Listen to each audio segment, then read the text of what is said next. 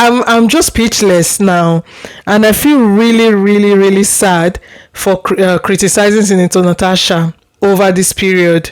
This is really disgusting. The Natasha versus Akpabio scandal is getting more intense by the day. A court has lifted an injunction that initially protected her. Protests are breaking out, and the fear of her possible arrest is growing. Meanwhile, Natasha has taken her story to major international media outlets, including Sky News UK, BBC Pidgin, Arise TV, where she shared explosive details about the harassment allegations. The big question remains, was her suspension justified, or is this a clear case of political retribution? Let's break it down.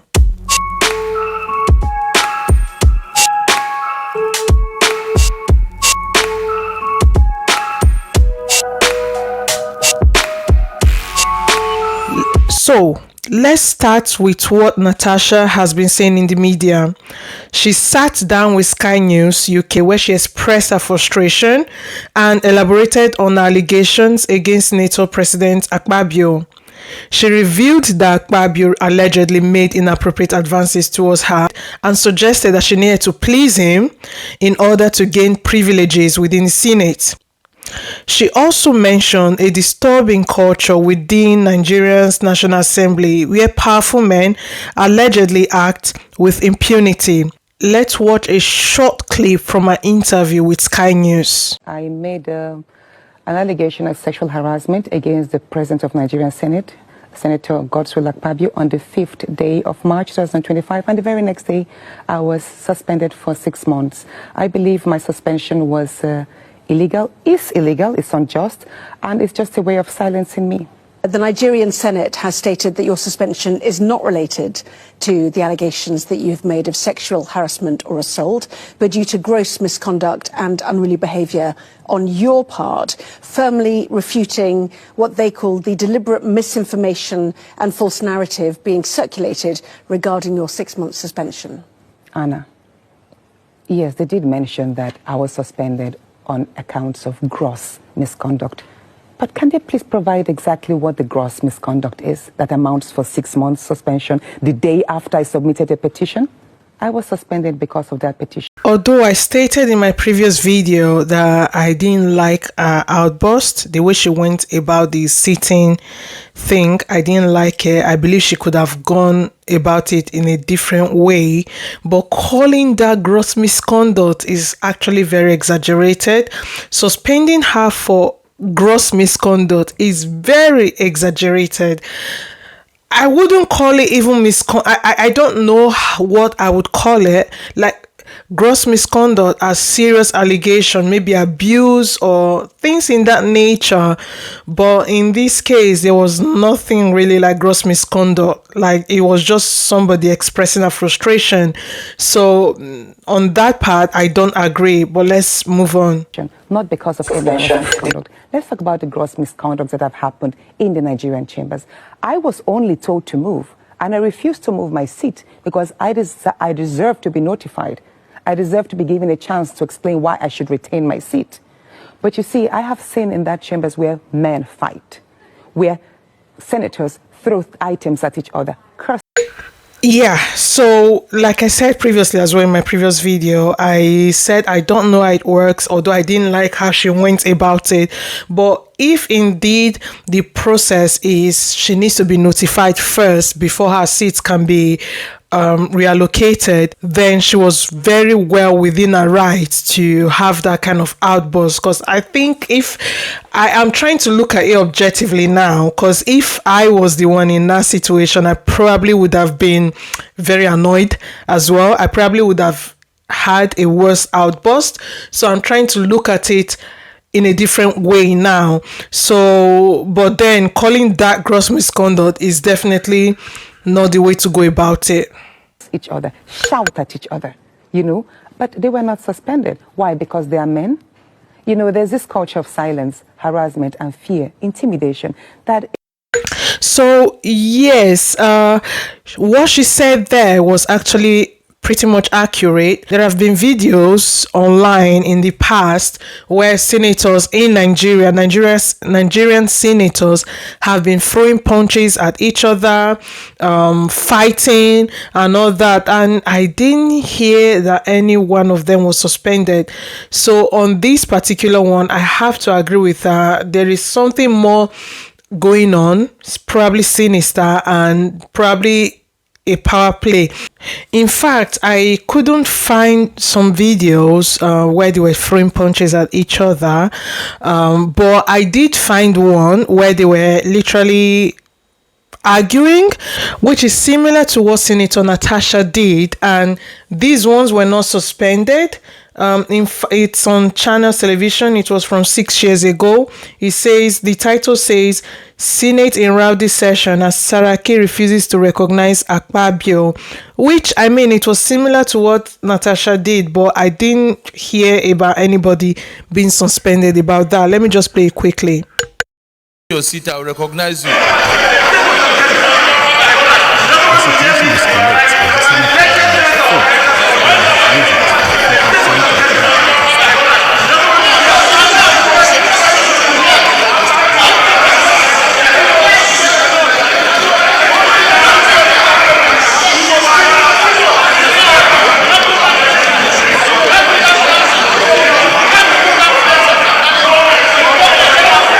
I sat next to Senator Kwankwaso until...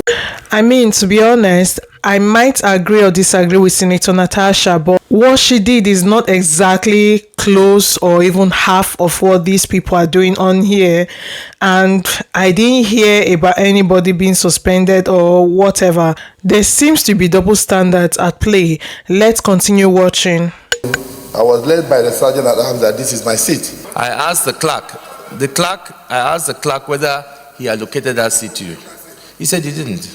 He told me he would prefer to sit here. So I said there is no microphone there, but he said he will still prefer to sit there. If there's been a senator that have allowed to speak without a microphone, state. It has never happened in this chamber. It's so funny. It's so funny because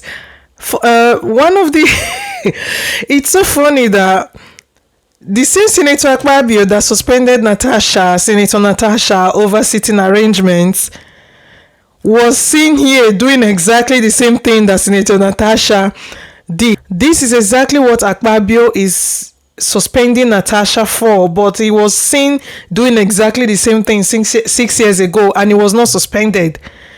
So there's definitely a double standard here. All we said is there's no microphone where you are. Go to a place where there's one and you can speak.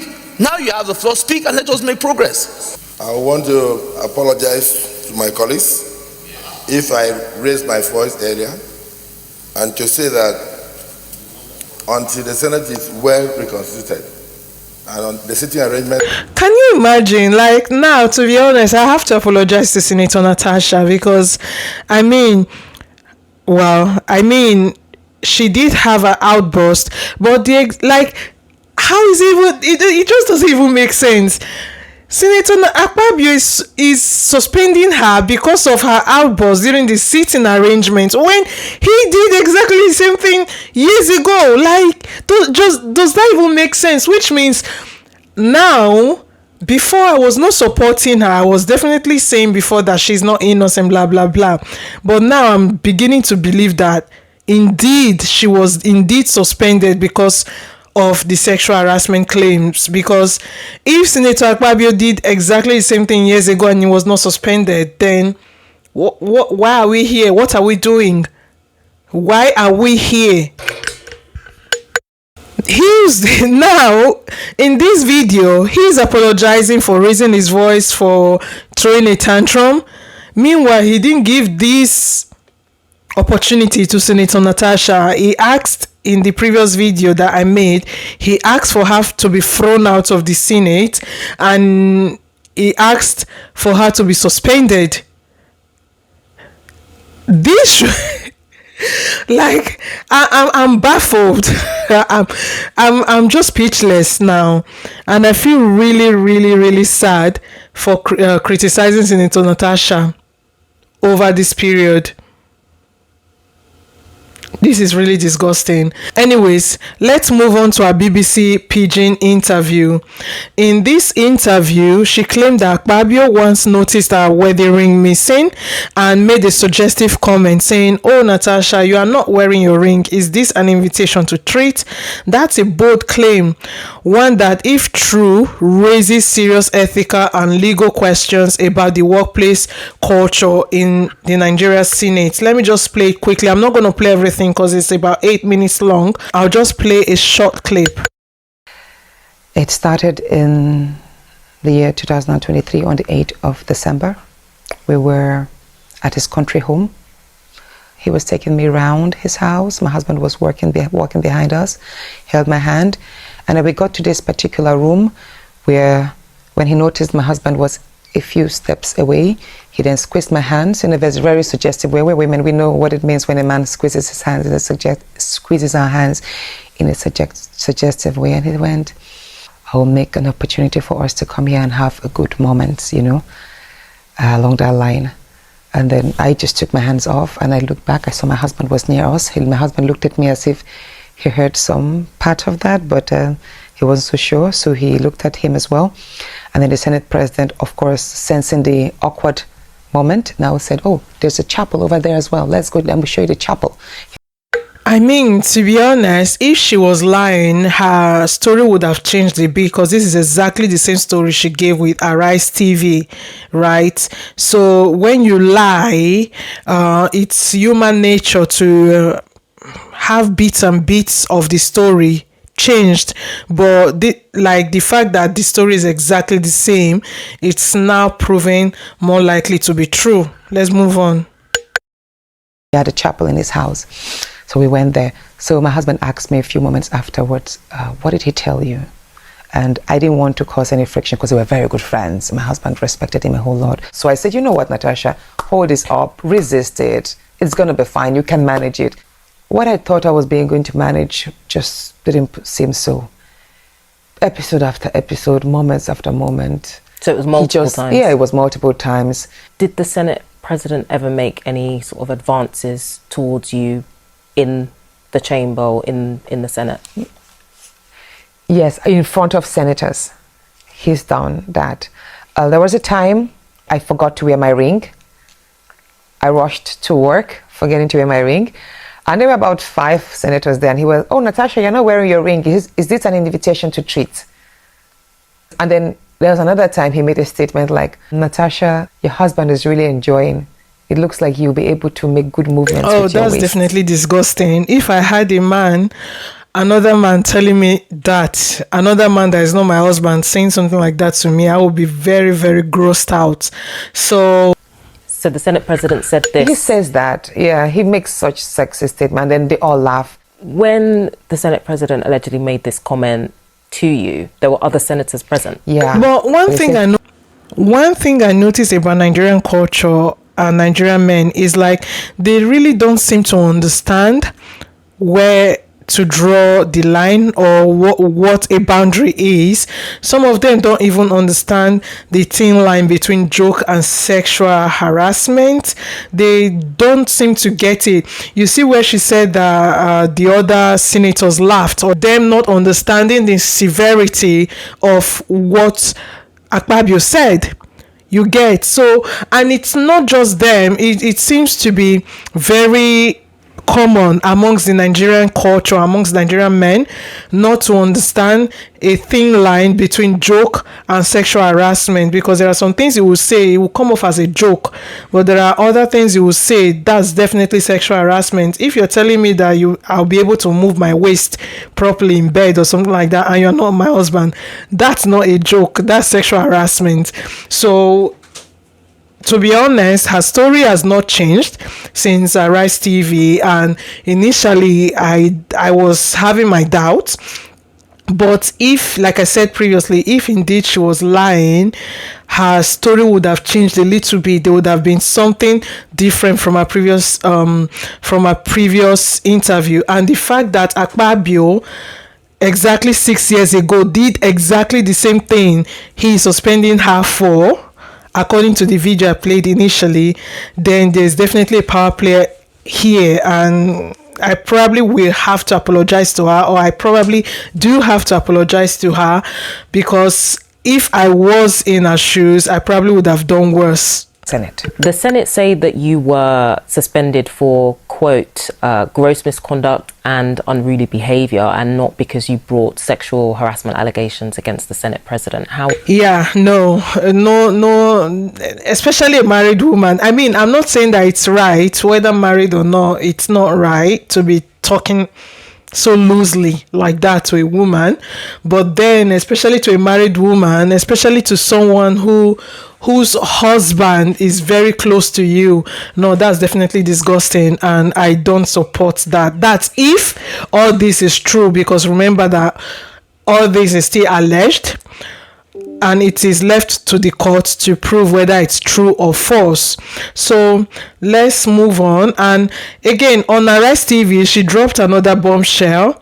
We watched the interview previously. She submitted a formal petition to the Senate about the harassment claims, but ethics committee dismissed it on procedural grounds. If allegations are serious enough to go public, why hasn't there been a thorough investigation first? Why was she suspended before the matter was fully examined? That's a big why question. Now, let's talk about the timing of Natasha's suspension. The Senate says she was suspended for violating decorum, refusing to sit in her assigned seat, and making disorderly remarks, which is exactly what Akpabio did years ago, and he was not suspended for it. Now, Natasha is asking a very important question. Why have male senators who did the same exact thing or worse never been suspended, like I showed in the previous video? Could it be that she was really suspended because of the sexual harassment allegation? I'm starting to believe this now. If Natasha is correct, this means the Nigerian Senate has a serious problem.